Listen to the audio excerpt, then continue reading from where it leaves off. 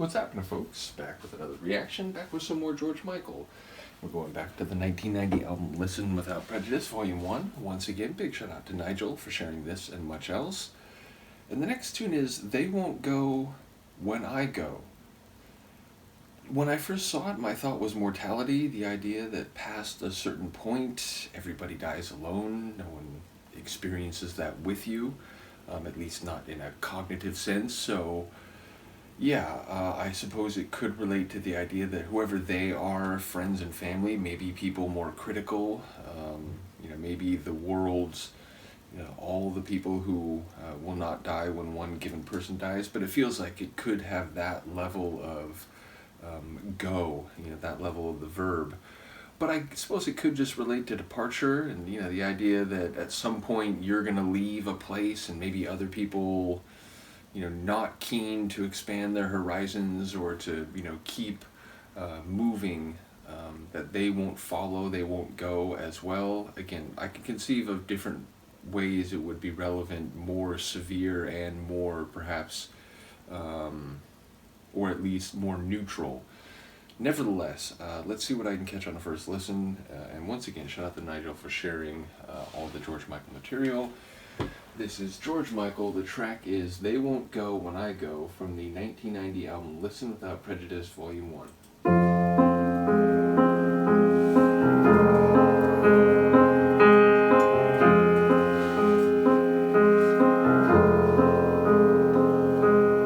No more lying friends, wanting tragic ends, though they do pretend they won't go when I go. So he's implying that they will.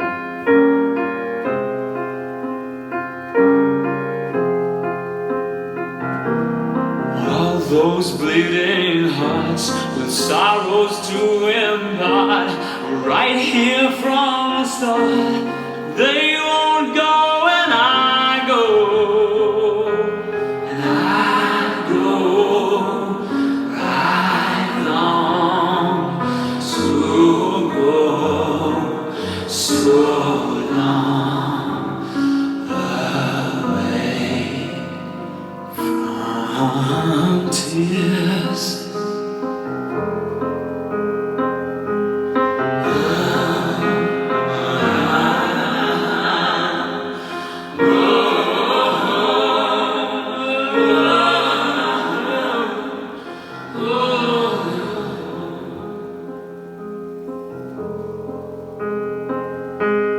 Gone from painful cries, away from saddened eyes, along with him I'll bide, and they won't go when I go.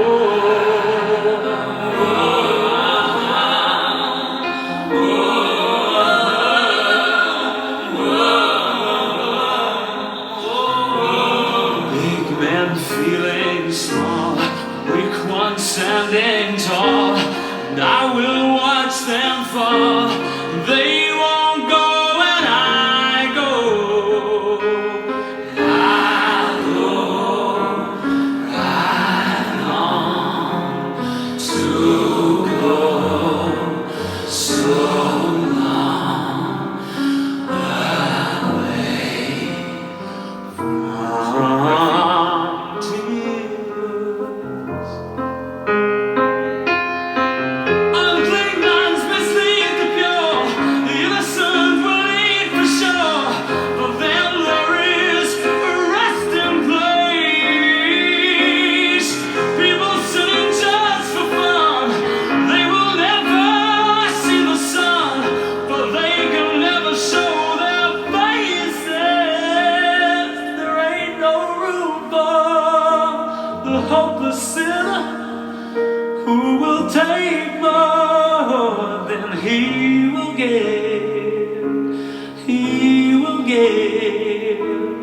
He will give. He'd hardly gonna give. Oh yeah.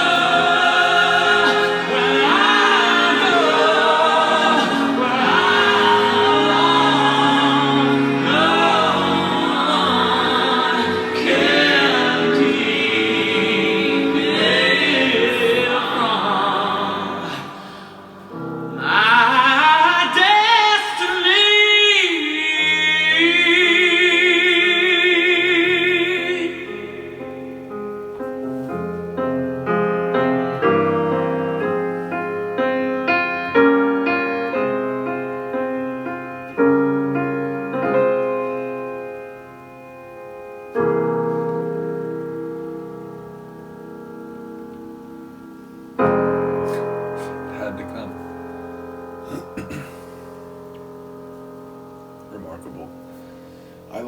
There were times where I wanted to comment on what I was hearing, but out of just a deep respect for what was unfolding, I couldn't muster the voice. So hopefully I can remember most of what I was thinking here. First of all, the piano, which bears a slight resemblance.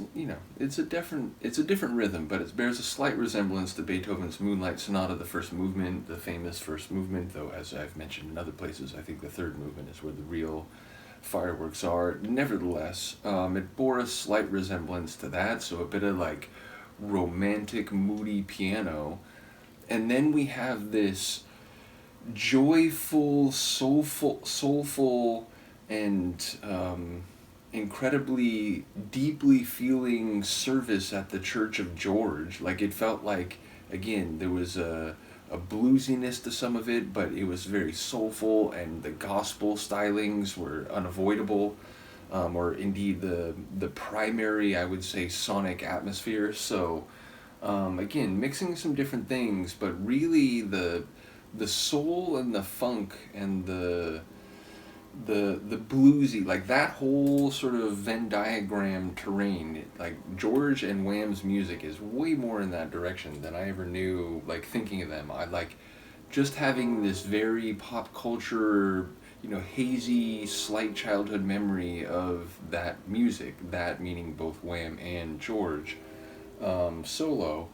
I definitely thought they were more down the I guess the Wham direction, although again, even them, even the duo, it's more soulful than I would have thought. I thought it was more kind of vintage 80s synth pop. So it has been really interesting to go through both of these deep dives so far. But back to the tuning question, I'm not sure, because it felt like there was some of these other people aren't going to go into the sun because they don't even think to turn their faces or to try to strive to get to that. So it felt like maybe there was some of they won't go when I go because they can't perceive the desirability of that, or they don't have the wherewithal to appreciate what that could mean.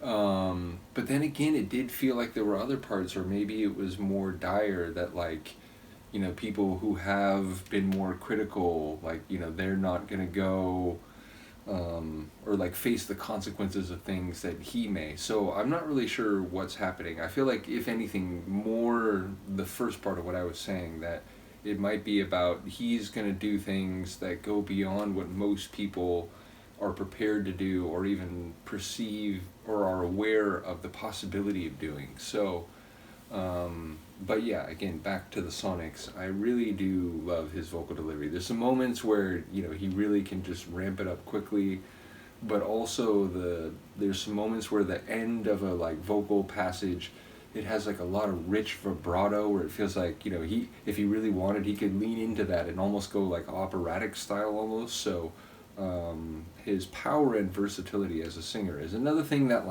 on some general level I was aware of, but obviously not to the degree that it deserves to be understood. So in the process of learning that now, once again, shout out to Nigel, shout out to Han Solo for sharing the Wham material.